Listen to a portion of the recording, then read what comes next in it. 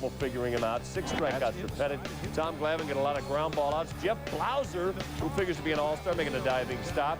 We're a scoreless game into the 5th. Pettit then gets whacked off the bat of Javi Lopez. Falls to the grass in pain. They stretched it out a little bit. He continued in the 5th. But in the 6th, warming up, that bruised calf was a little too much pain. Right now, it's just a bruise. They're going to reevaluate it tomorrow and check it out overnight. But we still want a scoreless game into the 9th because Kenny Rogers is pitching well in relief. Gets Mike Mordecai. Charlie Hayes comes cross-diamond and gets him out of a 2nd and 3rd jam. And it is still scoreless. 2 outs. Tom Glavine staring in, looking at his shutout. Looking for the wide strike. And they said Charlie Hayes went with Scott Pose just 90 feet away. Bottom of the 10th, Chad Curtis aboard, and that'll scoot through off the bat of Joe Girardi. Andrew Jones up and gunning, and he is meet at 3rd base. Joe Torre could have used the extra run. Now it's Mike Bilecki facing Soho. Girardi off and running. And Soho has knocked in the only run of the game. This time the Yanks have played a scoreless game since 1990, I believe, heading to extra innings. The Yanks pulled out 1-0. 1-0 in the 2nd. Dimitri Young aboard, and John Mabry against Rich Robertson. Bangs it off the wall. Almost goes through Marty Cordova. Young was thinking about stopping a 3rd, then turned it on and tied the game at 1. Good D in this game, Harold. Yeah, watch this play right here. Ground ball up the middle. Now, tremendous pirouette by Delano the Shields to make the play. Then right here, Knobloch comes back and says, you can do it, I can do it too. He sets his body so nice on the slide to get up and make the throw. And then it comes backhand. See how he stays down with his head down to look that ball in. That's what you do on the backhand. Nice play by Chuck. All super important. It's a 1-run game in the 9th. The tying run 90 feet away, but Eckersley gets Knobloch, and they allow just 1 run despite giving up a the Indians. He's already up 2-0 in the 2nd, and his pitcher lays down a perfect squeeze.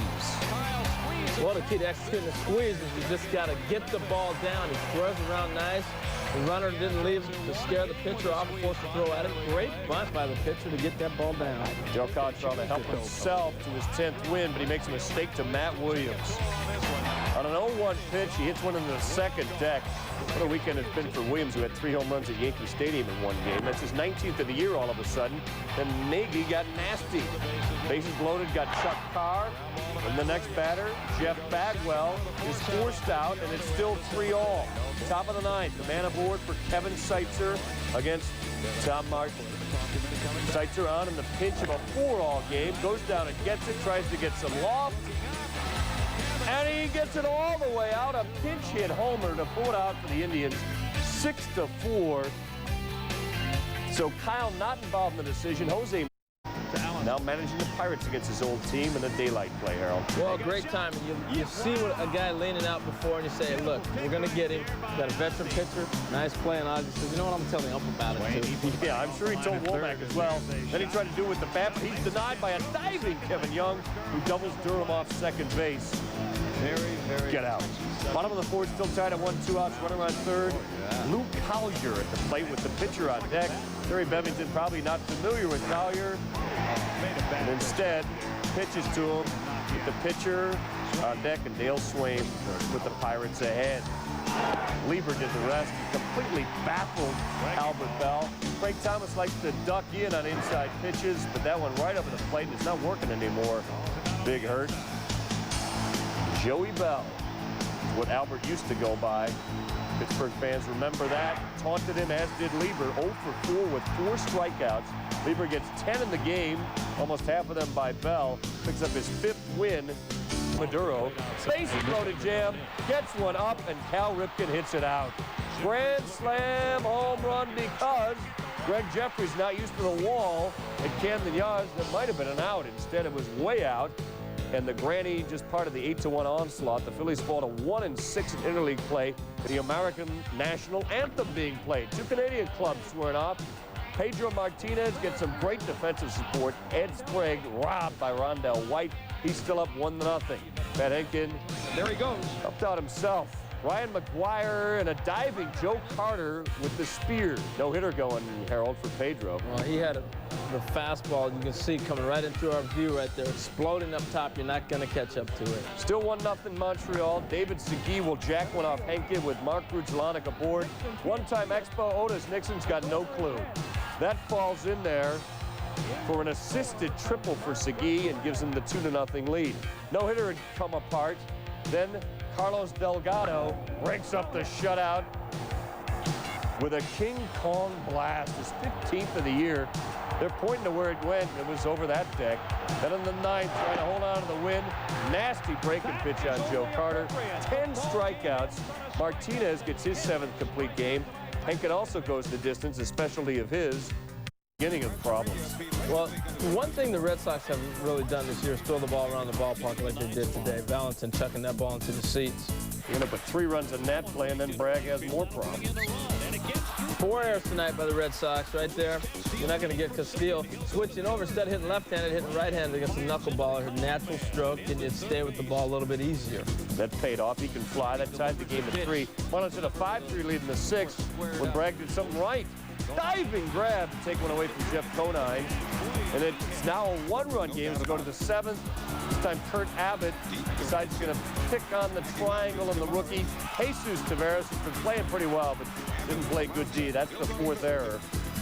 And the Marlins go on to knock off the Red Sox by a final count of 8-5. Wakefield steadied himself and ended up pitching into the 7th, but allowed experience. Bobby Higginson can't do any better than he did against Mark Clark. Drills his 10th home run of the year. That's in the upper deck. Made it 2-0. By the 6th, he'll be facing Joe Crawford. 6-0 Detroit. Crawford the victim. Even the lefty can't get him out. That one didn't quite make it to the 2nd tier, off the facade. Tigers led 9-0. Crawford's still in there. Higginson's still out of there. 3 homers and 7 RBIs in the game. The Tigers embarrassed the Mets, 14-0. Both teams now 2-5 in interleague play. The Tigers moved to 21-21. Big baseball. Brewers had a 2-0 lead until Joe Oliver got a hold with 1 on and 2 out. Oliver's 5th to tie it at 2. Top of the 9th, Reds are up 4-3. And Jeff Shaw gets Jesse Levis, the pinch hitter, and he gets him looking. And the Red Baylor checking it out. Larry Walker, I like the way you work it, kid. No diggity. The NL's best hitter, the league's best hitter, put an NL 25th best home run up on the board. Next batter, Andres Galarraga, back-to-back jacks. His 22nd of the year, the 10th time this season the Rockies have gone back-to-back. Ties the game at 2. Angels come back 7-5 Rockies, bases loaded. Jerry DiPoto hits Dave Hollins, forces home a run. Angels within 1 at 7-6. Bottom 7, 8-6 Rockies. Runner on first, Vinny Castilla. Off the hook, rips a double off Mike James in the left. Dante Bichette scores Vinny's 11th double of this campaign. Rockies go up 9-6. Top 8, pop up down the right field line. Walker makes the catch. Look, flying fans coming out of it everywhere. Larry says, Zzz. Okay.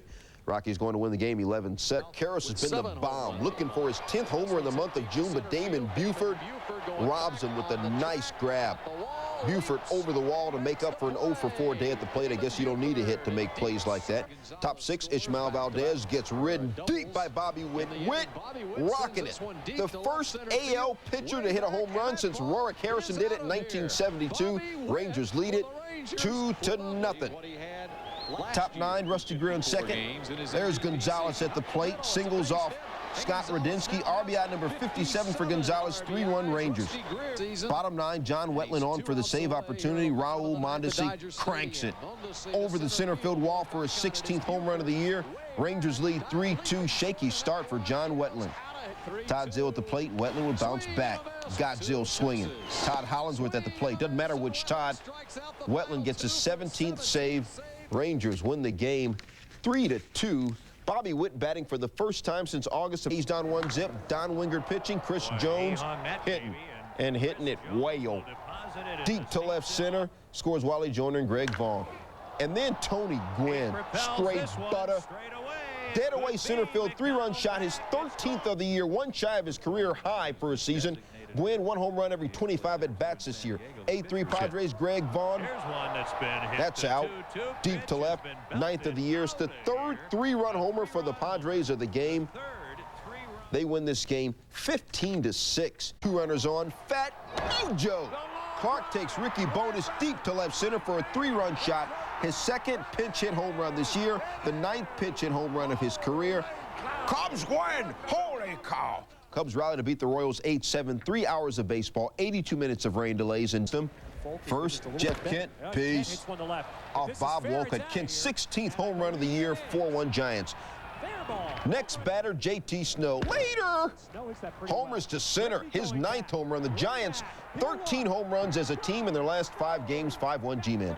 Bottom 6, 5-3 Giants, 1 on. Paul Sorrento rides 1 out opposite field, his 15th shot of the year. It's a 2-run job. He had tied the game at 5.